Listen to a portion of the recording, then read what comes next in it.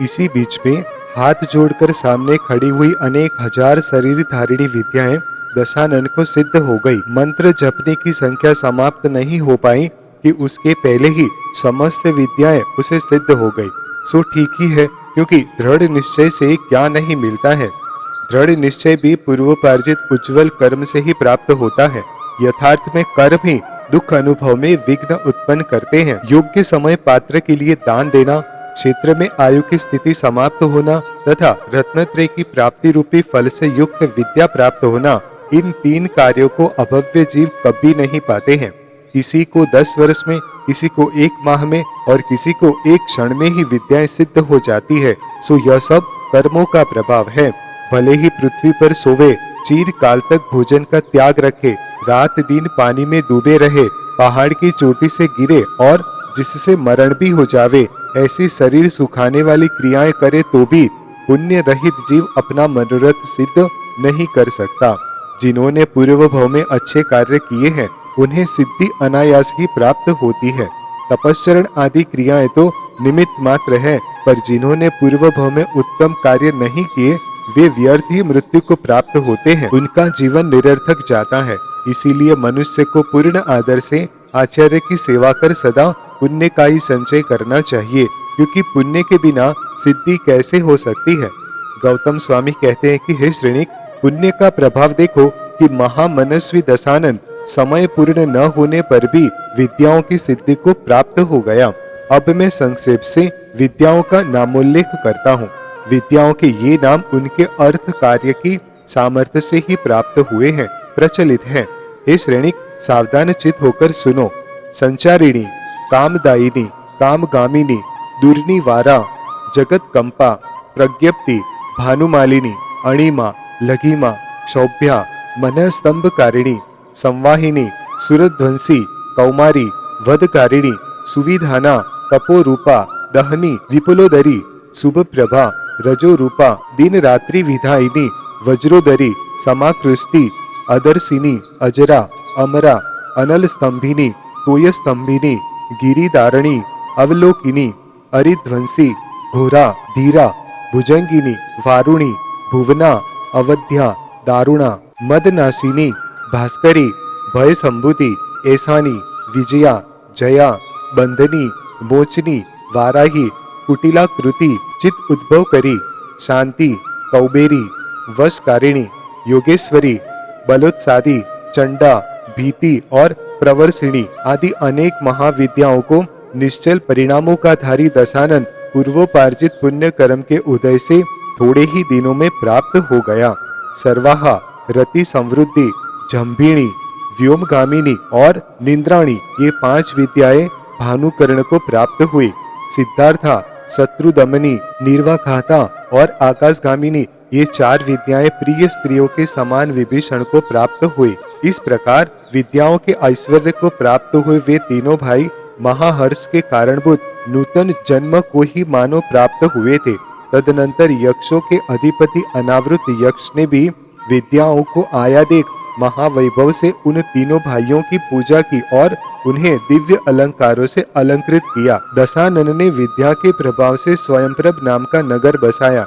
वह नगर मेरु पर्वत के शिखर के समान ऊंचे ऊंचे मकानों की पंक्ति से सुशोभित था, जिनके झरोखों में मोतियों की झालर लटक रही थी, जो बहुत ऊंचे थे तथा जिनके खंभे रत्न और स्वर्ण के बने थे। ऐसे जिन मंदिरों से अलंकृत था, परस्पर की किरणों के संबंध से जो इंद्रधनुष उत्पन्न कर रहे थे तथा निरंतर स्थिर रहने वाली बिजली के समान जिनकी प्रभा थी, ऐसे रत्नों से वह नगर सदा प्रकाशमान रहता था। उसी नगर के गगनचुंबी राजमहलों में विद्या बल से संपन्न दशानन अपने दोनों भाइयों के साथ सुख से रहने लगा। तदनंतर आश्चर्य से भरे जम्बूद्वीप के अधिपति अनावृत यक्ष ने एक दिन दशानन से कहा कि हे महाबुद्धिमान, मैं तुम्हारे वीर्य से बहुत प्रसन्न हूँ। अतः जिसके अंत में पूर्व, पश्चिम, उत्तर, दक्षिण इस प्रकार 4 समुद्र हैं तथा जो नाग कुमार और व्यंतर देवों से व्याप्त है, ऐसे इस जम्बूद्वीप में इच्छा अनुसार रहो। मैं इस समस्त द्वीप का अधिपति हूँ। मेरा कोई भी प्रतिद्वंदी नहीं है। अतः तुम्हें वरदान देता हूँ कि तुम शत्रु समूह को उखाड़ते हुए इस जम्बूद्वीप में इच्छानुसार सर्वत्र विचरण करो। हे वत्स, मैं तुझ पर प्रसन्न हूँ और तेरे स्मरण मात्र से सदा तेरे सामने खड़ा रहूंगा। मेरे प्रभाव से तेरे मनोरथों में बाधा पहुंचाने के लिए इंद्र भी समर्थ नहीं हो सकेगा। फिर साधारण मनुष्य की तो बात ही क्या है। तू अपने दोनों भाइयों के साथ सुखी रहता हुआ दीर्घ काल तक जीवित रह।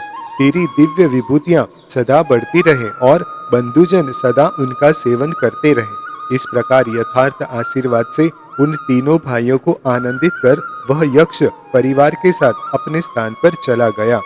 तदनंतर दशानन को विद्याओं से आलिंगित सुन चारों ओर से राक्षसों के समूह महोत्सव करते हुए उसके समीप आए। उनमें कोई तो नृत्य करते थे, कोई ताल बजाते थे, कोई हर्ष से इतने फूल गए थे कि अपने शरीर में ही नहीं समाते थे। कितने ही लोग शत्रु पक्ष को भयभीत करने वाला जोर का सिंहनाद करते थे। कोई आकाश को चूना से लिप्त करते हुए की तरह चिरकाल तक हंसते रहते थे। प्रीति से भरे सुमाली, माल्यवान, सूर्यरज और वृक्षरज उत्तम उत्तम रथों पर सवार हो उसके समीप आए। इनके सिवाय अन्य सभी कुटुंबीजन कोई विमानों पर बैठकर, कोई घोड़ों पर बैठकर, कोई घोड़ों पर सवार होकर और कोई हाथियों पर आरूढ़ होकर आए। वे सब भय से रहित थे। अथनांतर पुत्र की स्नेह से जिसका मन भर रहा था, ऐसा रत्नस्रवा पताकाओं से आकाश को निरंतर शुक्ल करता हुआ बड़ी विभूति के साथ आया। बंदीजनों के समूह उसकी स्तुति कर रहे थे और वह किसी बड़े राजमहल के समान सुंदर रथ पर सवार था। ये सब मिलकर साथ ही साथ आ रहे थे। सो मार्ग में पंच संगम नामक पर्वत पर उन्होंने शत्रु के भय के कारण बहुत ही दुख से रात्रि बिताई। तदनंतर कैकसी के पुत्र दशानन आदि ने आगे जाकर उन सब की अगवानी की। उन्होंने गुरुजनों को प्रणाम किया, मित्रों का आलिंगन किया और भृत्यों की और स्नेहपूर्ण दृष्टि से देखा। गुरुजनों ने भी दशानन आदि से शरीर की कुशल क्षेम पूछी। विद्याएं किस तरह सिद्ध हुई आदि का वृत्तांत भी बार बार पूछा। सो ऐसे अवसर पर किसी बात को बार बार पूछना निंदनीय नहीं है। राक्षस तथा वानर वंशियों ने देवलोक के समान उस स्वयंप्रभ नगर को बड़े आश्चर्य के साथ देखा।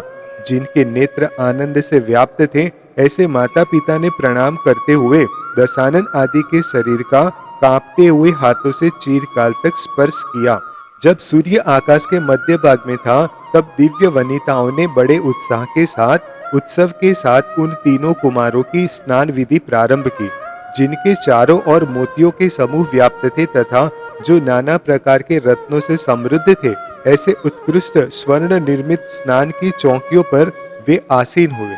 पल्लवों के समान लाल लाल कांति के धारक दोनों पैर उन्होंने पाद पीठ पर रखे थे और उससे वे ऐसे जान पड़ते थे मानो उदयाचल के शिखर पर वर्तमान सूर्य ही हो।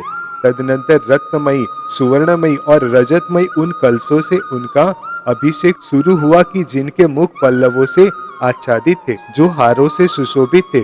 चंद्रमा तथा सूर्य के साथ स्पर्धा करने वाली कांति से जिनका आत्मस्वरूप आच्छादित था, जो अपनी सुगंधि से दिग्मंडल को सुवासित करने वाले जल से पूर्ण थे, जिनमें एक तो प्रधान मुख था तथा अन्य छोटे छोटे अनेक मुख थे, जिनके आसपास भ्रमरों के समूह मंडरा रहे थे और जो जलपात के कारण गंभीर मेघ के समान गरज रहे थे। तदनंतर शरीर की कांति बढ़ाने में कुशल उपटन आदि लगाकर सुगंधित जल से उनका अभिषेक किया गया। उस समय तुरही आदि वादित्रों के मंगलमय शब्दों से वहां का वातावरण आनंदमय हो रहा था। तत्पश्चात दिव्य वस्त्र आभूषणों से उनके शरीर अलंकृत किए गए और कुलांगनाओं ने बड़े आदर से अनेक मंगलाचार किए। तदनंतर जो देव कुमारों के समान जान पड़ते थे और आत्मीय जनों को आनंद प्रदान कर रहे थे, ऐसे उन तीनों कुमारों ने बड़ी विनय से गुरुजनों की चरण वंदना की। तदनंतर गुरुजनों ने देखा कि इन्हें जो विद्याएं संपदाएं प्राप्त हुई है, वे हमारे आशीर्वाद से भी अधिक है। अतः तुम लोग चिरकाल तक जीवित रहो। सुमाली, माल्यवान, सूर्यरज, वृक्षरज और रत्नस्रवा ने स्नेहवश उनका बार बार आलिंगन किया था।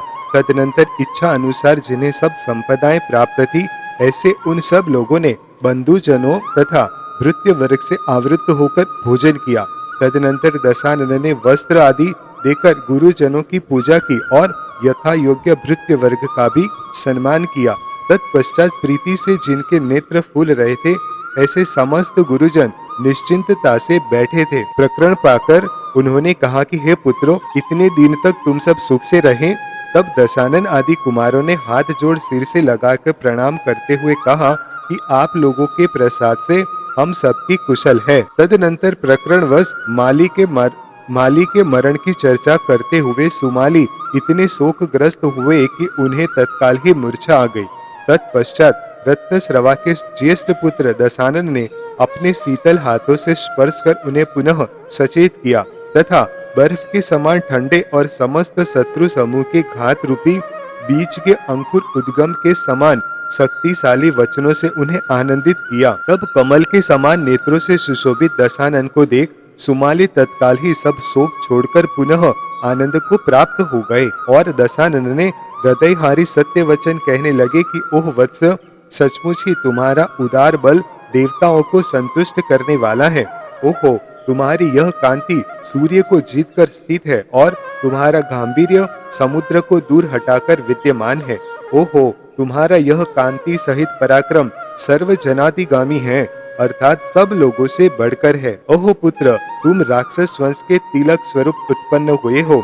हे दशानन, जिस प्रकार सुमेरु पर्वत से जम्बूद्वीप सुशोभित है और चंद्रमा तथा सूर्य से आकाश सुशोभित होता है, उसी प्रकार लोगों को महान आश्चर्य में डालने वाली चेष्टाओं से युक्त तुझ सुपुत्र से यह राक्षस वंश सुशोभित हो रहा है। मेघवाहन आदि तुम्हारे कुल के पूर्व पुरुष थे, जो लंकापुरी का पालन कर तथा अंत में तपस्चरण कर मोक्ष गए हैं। अब हमारे दुखों को दूर करने वाले पुण्य से तू उत्पन्न हुआ है।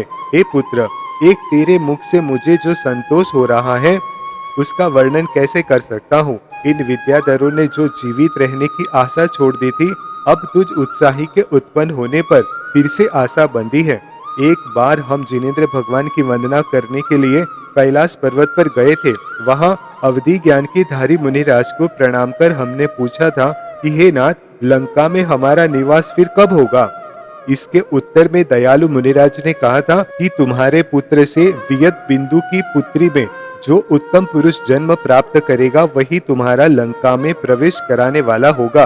वह पुत्र बल और पराक्रम का धारी तथा सत्व, प्रताप, विनय, लक्ष्मी, कीर्ति और कांति का अनन्य आश्रय होगा तथा भरत क्षेत्र के 3 खंडों का पालन करेगा। शत्रु के द्वारा अपने अधीन की हुई लक्ष्मी को यही पुत्र उससे मुक्त कराएगा। इसमें आश्चर्य की भी कोई बात नहीं है, क्योंकि वह लंका में परम लक्ष्मी को प्राप्त होगा। सो कुल के महोत्सव स्वरूप तू उत्पन्न हो गया है। तेरे सब लक्षण शुभ है तथा अनुपम रूप से तू सबके नेत्रों को हरने वाला है। सुमाली के ऐसा कहने पर दशानन ने लज्जा से अपना मस्तक नीचा कर लिया और एवमस्तु कह हाथ जोड़ सिर से लगाकर सिद्ध भगवान को नमस्कार किया। तदनंतर उस बालक के प्रभाव से सब बंधुजन शत्रु के भय से रहित हो यथास्थान सुख से रहने लगे। तदनंतर गौतम स्वामी राजा श्रेणिक से कहते हैं कि हे राजन, इस प्रकार पूर्वोपार्जित पुण्य कर्म के प्रभाव से मनुष्य कीर्ति के द्वारा दिगंतराल तथा लोक को आच्छादित करते हुए लक्ष्मी को प्राप्त होते हैं। इसमें मनुष्य की आयु कारण नहीं है। क्या अग्नि का एक कण क्षण भर में विशाल वन को भस्म नहीं कर देता, अथवा सिंह का बालक मदोन्मत्त हाथियों के झुंड को विदीर्ण नहीं कर देता। चंद्रमा की किरणों का एक अंश सूर्य की किरणों से उत्पादित प्राणियों के संताप को दूर करता हुआ शीघ्र ही कुमुदनियों में उल्लास पैदा कर देता है और सूर्य उदित होते ही निद्रा को दूर हटाने वाली अपनी किरणों से मेघमाला के समान मलिन अंधकार को दूर कर देता है। अतनंतर विजयार्थ पर्वत की दक्षिण श्रेणी में असुर संगीत नाम का नगर है। वहाँ कांति में सूर्य की उपमा धारण करने वाला प्रबल योद्धा मय नाम का विद्याधर रहता था। वह पृथ्वी तल में दैत्य नाम से प्रसिद्ध था। उसकी हेमवती नाम की स्त्री थी, जो स्त्रियों के समस्त गुणों से सहित थी। उसकी मंदोदरी नाम की पुत्री थी। उसके समस्त अवयव सुंदर थे, उदर कृश था, नेत्र विशाल थे और वह सौंदर्य रूपी जल की धार के समान जान पड़ती थी। एक दिन नव यौवन से संपूर्ण उस पुत्री को देखकर पिता चिंता से व्याकुल हो अपनी स्त्री से बड़े आदर के साथ बोले कि हे प्रिय, पुत्री मंदोदरी नव यौवन को प्राप्त हो चुकी है। इसे देख मेरी इस विषय की मानसिक चिंता कई गुनी बढ़ गई है। किसी ने ठीक ही कहा है कि संताप रूपी अग्नि को उत्पन्न करने वाले कन्याओं के यौवन आरंभ में माता पिता अन्य परिवारजनों के साथ ही साथ ईंधन पने को प्राप्त होते हैं। इसीलिए तो कन्या जन्म के बाद दुख से आकुलित है चित्त जिनका, ऐसे विद्वत जन इसके लिए नेत्र रूपी अंजलि के द्वारा जल दिया करते हैं। ओहो, जिन्हें अपरिचित जन आकर ले जाते हैं, ऐसे अपने शरीर से समुत्पन्न संतान पुत्री के साथ जो वियोग होता है वह मर्म को भेदन कर देता है। इसलिए हे प्रिय, कहो यह तरुण्यवती पुत्री हम किसके लिए देवें? गुण, कुल और कांति से कौन वर इसके अनुरूप होगा? पति के ऐसा कहने पर रानी हेमवती ने कहा कि माताएं तो कन्याओं के शरीर की रक्षा करने में ही उपयुक्त होती हैं और उसके दान करने में पिता उपयुक्त होते हैं। जहां आपके लिए कन्या देना रुचता हो वहीं मेरे लिए भी रुचेगा, क्योंकि कुलांगनाएं पति के अभिप्राय के अनुसार ही चलती है। रानी के ऐसा कहने पर राजा ने मंत्रियों के साथ सलाह की तो किसी मंत्री ने किसी विद्याधर का उल्लेख किया। तदनंतर किसी दूसरे मंत्री ने कहा कि इसके लिए इंद्र विद्याधर ठीक होगा, क्योंकि वह समस्त विद्याधरों का अधिपति है और सब विद्याधर उसके विरुद्ध जाने में भयभीत भी रहेंगे। तब राजा मय ने स्वयं कहा कि मैं आप लोगों के मन की बात तो नहीं जानता, पर मुझे जिसे समस्त विद्याएं सिद्ध हुई है ऐसा प्रसिद्ध दशानन अच्छा लगता है। निश्चित ही वह जगत में कोई अद्भुत कार्य करने वाला होगा, अन्यथा उसे छोटी ही उम्र में शीघ्र ही अनेक विद्याएं सिद्ध कैसे हो जाती। तदनंतर मंत्र करने में निपुण मारीच आदि समस्त प्रमुख मंत्रियों ने बड़े हर्ष के साथ राजा मय की बात का समर्थन किया। तदनंतर महाबलवान मारीच आदि मंत्रियों और भाइयों ने राजा मय के मन को शीघ्रता से युक्त किया, अर्थात प्रेरणा की कि इस कार्य को शीघ्र ही संपन्न कर लेना चाहिए। तब राजा मय ने भी विचार किया कि समय बीत जाने से कार्य सिद्ध नहीं हो पाता है। ऐसा विचार कर वह किसी शुभ दिन, जबकि सौम्य ग्रह सामने स्थित थे, क्रूर ग्रह विमुख थे और लग्न मंगलकारी थी, कन्या के साथ पुष्पांतक विमान में बैठकर चला। प्रस्थान करते समय तुरही का मधुर शब्द हो रहा था और स्त्रियां मंगल गीत गा रही थी। बीच बीच में जब तुरही का शब्द बंद होता था तो स्त्रियों के मंगल गीतों से आकाश ऐसा गुंज उठता था मानो शब्दमय ही हो गया हो। दशानन भीम वन में है। यह समाचार पुष्पांतक विमान से उतरकर जो जवान आगे आए थे उन्होंने लौटकर राजा मय से कहा। तब राजा मय उस देश के जानकार गुप्तचरों से पता चलाकर भीम वन की ओर चला। वहां जाकर उसने काली घटा के समान वह वन देखा। दशानन के खास स्थान का पता बताते हुए किसी गुप्तचर ने कहा कि हे राजन, जिस प्रकार संवेदाचल और कैलाश पर्वत के बीच में मंदारुण नाम का वन है, उसी प्रकार वलाहक और संध्यावर्त नामक पर्वतों के बीच में यह उत्तम वन है। देखिए कि यह वन स्निग्ध अंधकार की राशि के समान कितना सुंदर मालूम होता है और यहाँ कितने ऊंचे तथा सघन वृक्ष लग रहे हैं। इस वन के मध्य में शंख के समान सफेद बड़े बड़े घरों से सुशोभित जो वह नगर दिखाई दे रहा है, वह शरद ऋतु के बादलों के समूह के समान कितना भला जान पड़ता है। उसी नगर के समीप देखो, एक बहुत ऊंचा महल दिखाई दे रहा है। ऐसा महल कि जो अपने शिखरों के अग्रभाग से मानो सौधर्म स्वर्ग को ही छूना चाहता है। राजा मय की सेना आकाश से उतरकर उसी महल के समीप यथा योग्य विश्राम करने लगी। तदनंतर दैत्यों का अधिपति राजा मय तुरही आदि वादित्रों का आडंबर छोड़कर तथा विनीत मनुष्य के योग्य वेशभूषा धारण कर कुछ आप्तजनों के साथ उस महल के समीप पहुंचा। कन्या मंदोदरी उसके साथ थी। महल को देखते ही राजा मय का जहां अहंकार छूटा, वहां उसे आश्चर्य भी कम नहीं हुआ।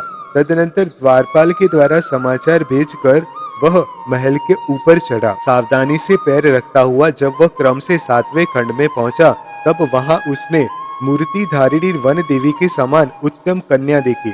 वह कन्या दशानन की बहन चंद्रनखा थी। सो उसने सबका अतिथि सत्कार किया। सो ठीक ही है, क्योंकि कुल के जानकार मनुष्य योग्य उपचार से कभी नहीं चूकते। तदनंतर जब मय सुखकारी आसन पर बैठ गया और चंद्रनखा भी कन्याओं के योग्य आसन पर बैठ चुकी, तब विनय दिखाती हुई उस कन्या से मय ने बड़ी नम्रता से पूछा कि हे पुत्री, तू कौन है और किस कारण से इस भयावह वन में रहती है, तथा यह बड़ा भारी महल किसका है? इस महल में अकेली रहते हुए तुझे कैसे धैर्य उत्पन्न होता है? तेरा यह उत्कृष्ट शरीर पीड़ा का पात्र तो किसी तरह नहीं हो सकता। स्त्रियों के लज्जा स्वभाव से ही होती है, इसीलिए मैं के इस प्रकार पूछने पर उस सती कन्या का मुख लज्जा से नत हो गया। साथ ही वन की हरिणी के समान बोली थी ही, अतः धीरे धीरे इस प्रकार बोली कि मेरा भाई दशानन षष्ठोपवास अर्थात तेला के द्वारा इस चंद्रहास खड़क को सिद्ध कर जिनेंद्र भगवान की वंदना करने के लिए सुमेरु पर्वत पर गया है। दशानन मुझे इस खड़क की रक्षा करने के लिए कह गया है। सो हे आर्य, मैं चंद्रप्रभ भगवान से सुशोभित इस चैत्यालय में स्थित हूँ। यदि आप लोग दशानन को देखने के लिए आए हो तो क्षण मात्र यहीं पर विश्राम कीजिए। जब तक उन दोनों में इस प्रकार का मधुर आलाप चल रहा था, तब तक आकाश तल में तेज का मंडल दिखाई देने लगा। उसी समय कन्या ने कहा कि जान पड़ता है कि अपनी प्रभा से सूर्य को निष्प्रभ करता हुआ दशानन आ गया है।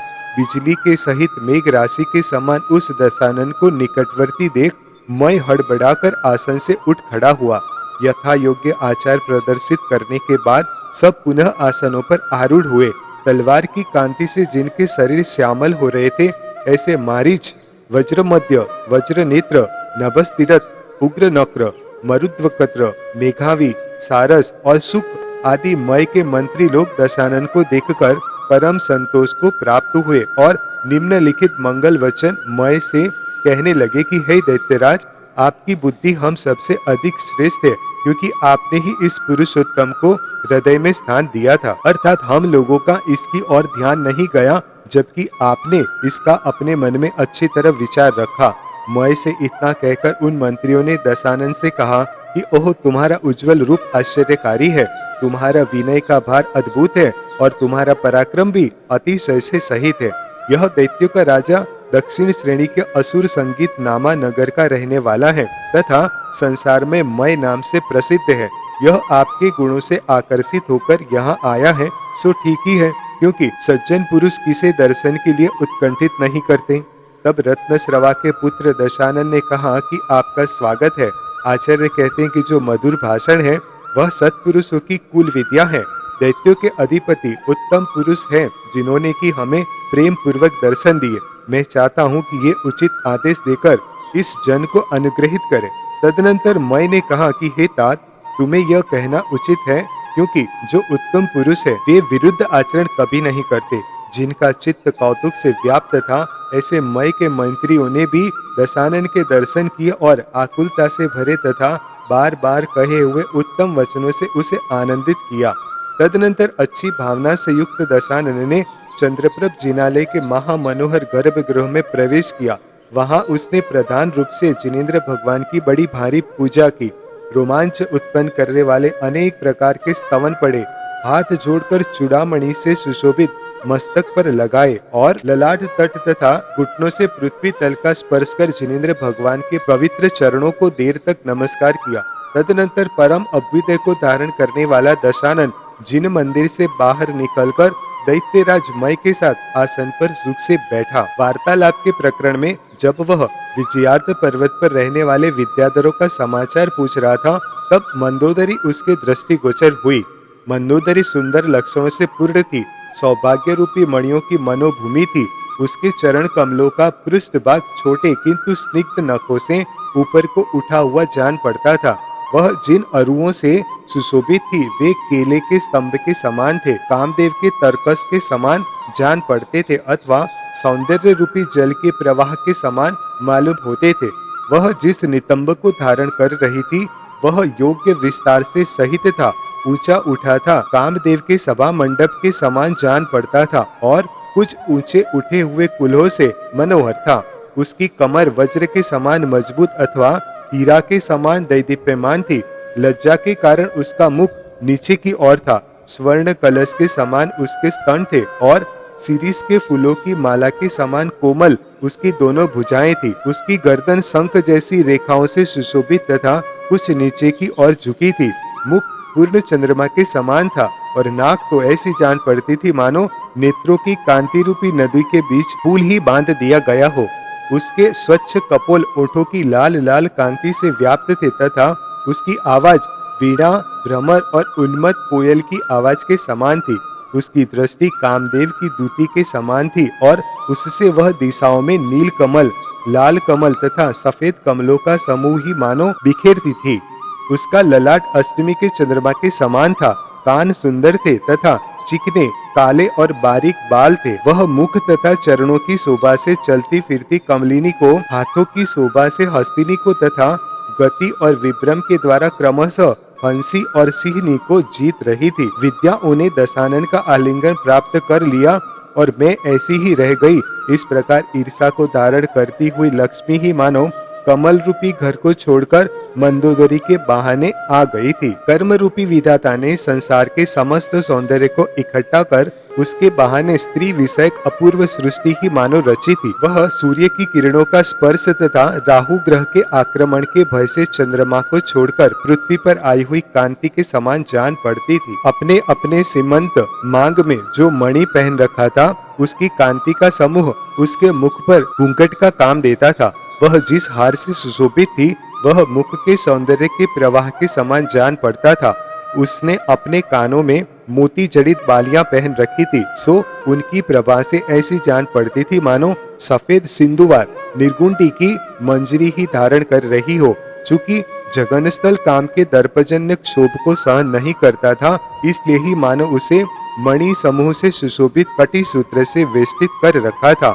वह मंदोदरी अत्यंत सुंदर थी, फिर भी दशानन उसे देख चिंता से दुखी हो गया। सो ठीक ही है, क्योंकि धैर्यवान मनुष्य भी प्रायः विषयों के अधीन हो जाते हैं। मंदोदरी माधुर्य युक्त थी, इसलिए उस पर पड़ी दशानन की दृष्टि स्वयं भी मानो मधु से मत्त हो गई थी। यही कारण था कि वह उस पर से हटा लेने पर भी नशा में झूमती थी। दशानन विचारने लगा कि यह उत्तम स्त्री कौन हो सकती है। क्या रीम, श्री, लक्ष्मी, धृति, कीर्ति अथवा सरस्वती है? यह विवाहित है या अविवाहित, अथवा किसी के द्वारा की हुई माया है? ओहो, यह तो समस्त स्त्रियों की शिरोधार्य सर्वश्रेष्ठ सृष्टि है। यदि मैं इंद्रियों को हरने वाली इस कन्या को प्राप्त कर सकूं, तो मेरा जन्म कृतकृत्य हो जाए, अन्यथा तृण के समान तुच्छ है ही। इस प्रकार विचार करते हुए दशानन से अभिप्राय के जानने वाले मय के पुत्री मंदोदरी को पास में जाकर कहा कि इसके स्वामी आप हैं। मय के इस वचन से दशानन को इतना आनंद हुआ मानो तत्क्षण अमृत से ही सिंचा गया हो। उसके सारे शरीर में रोमांच उठाए, मानो संतोष के अंकुर ही उत्पन्न हुए हों। तदनंतर जहाँ क्षण भर में ही समस्त वस्तु का समागम हो गया था और कुटुंबीजन जहाँ आनंद से फूल रहे थे, ऐसा इन दोनों का पाणी ग्रहण मंगल संपन्न हुआ। तदनंतर दशानन कृतकृत्य होता हुआ मंदोदरी के साथ स्वयंप्रभ नगर गया। वह मंदोदरी को पाकर ऐसा मान रहा था मानो समस्त संसार की लक्ष्मी ही मेरे साथ लग गई है। पुत्री की चिंता रूपी शल्य के निकल जाने से जिसे हर्ष हो रहा था, तथा साथ ही उसके वियोग से जिसे शोक हो रहा था, ऐसा राजा मय भी अपने योग्य स्थान में जाकर रहने लगा। जिसके हाव भाव सुंदर थे तथा जिसने अपने गुणों से पति का मन आकृष्ट कर लिया था, ऐसी मंदोदरी ने क्रम से हजारों देवियों में प्रधानता प्राप्त कर ली। समस्त इंद्रियों को प्रिय लगने वाली इस रानी मंदोदरी के साथ दशानन इच्छित स्थान में इंद्राणी के साथ इंद्र की समान क्रीड़ा करने लगा। उत्कृष्ट कांति से सहित दशानन अपनी विद्याओं का प्रभाव जानने के लिए निम्नांकित बहुत सारे कार्य करता था।